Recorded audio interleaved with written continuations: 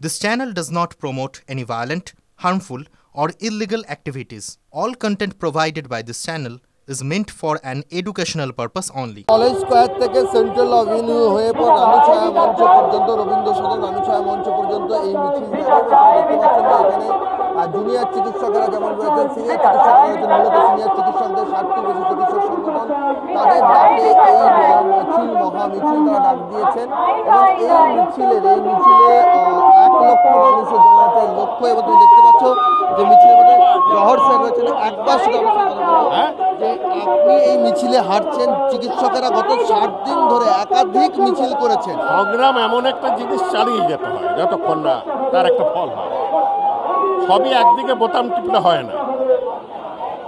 তিলোত্তমার বাবা মা যারা বিচারের দিকে চেয়ে আছেন তাদের একটা প্রশ্ন উঠছে যার কবে রাস্তায় নেমেছে বিচার হতেই হবে। আমাদের একটাই লক্ষ্য, আমাদের বোন তিলোত্তমার সুবিচার এবং সুবিচারের দাবিতে আজকে 53 দিন হয়ে গেছে আমরা রাজপথে আছি। যতদিন না আমরা পাবো ততদিন আমরা রাজপথেই থাকবো। আজের মিছিলে জহর বাবু এসছেন, আরো সাধারণ মানুষরা আসছেন, কি বার্তা দিতে চান? আমরা এটাই মনে করছি আজকের এই 2024 সালের 9ই আগস্টের পর যে মানুষ যে মনে করে তার বিবেক আছে, তার শুভবুদ্ধি আছে, তারা রাস্তায় নামবে এই নৃশংস ঘটনার প্রতিবাদে। সেই জন্য জহরবাবু এসছেন একজন মানবিক মানুষ হিসেবে। আমরা জুনিয়র ডাক্তারদের যে কর্মবিরতির ডাক দিয়েছে আমরা দেখেছি যে প্রতিশ্রুতি চিফ মিনিস্টার দিয়েছিলেন কোনোটাই পালন হয়নি, কাজের পরিবেশ ফিরে আসেনি। জুনিয়র ডাক্তাররা যে দুঃখ যন্ত্রণা কষ্টের মধ্যে আছে তাদের সেই দুঃখ যন্ত্রণা কষ্ট আমরা সমব্যথী। জুনিয়র ডাক্তাররা যা ধর্মঘটের সিদ্ধান্ত নিয়েছে আমরা নিশ্চয়ই তাদের সাথে আলোচনা করব।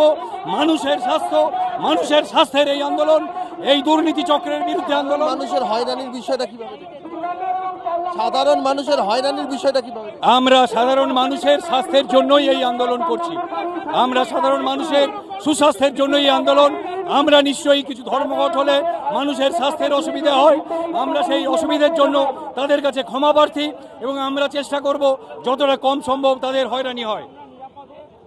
এই মিছিলের শেষে তিলোত্তমার বাবা মাও কি হাজির থাকবে?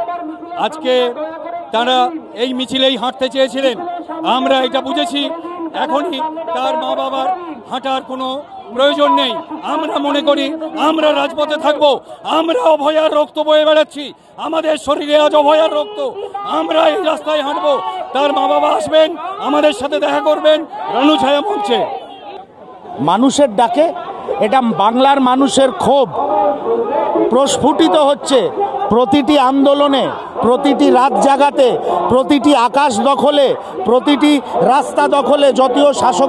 যদিও শাসক দলের ঘনিষ্ঠরা বলুক যে মহিলারা সেলফি তুলতে যাচ্ছে, মহিলারা বিউটি পার্লারে সেজেগুজে যাচ্ছে, কিন্তু আজকে স্বাধীনতার পর এই প্রথমবার পশ্চিমবঙ্গে নারী পুরুষ ছাত্র ছাত্রী নির্বিশেষে এই গণ আন্দোলনের ডাক দিয়েছে এই স্বৈরতান্ত্রিক মমতা বন্দ্যোপাধ্যায়ের প্রশাসনের বিরুদ্ধে, তাদের দুর্বৃত্তায়নের বিরুদ্ধে, তাদের চৌর্যবৃত্তির বিরুদ্ধে।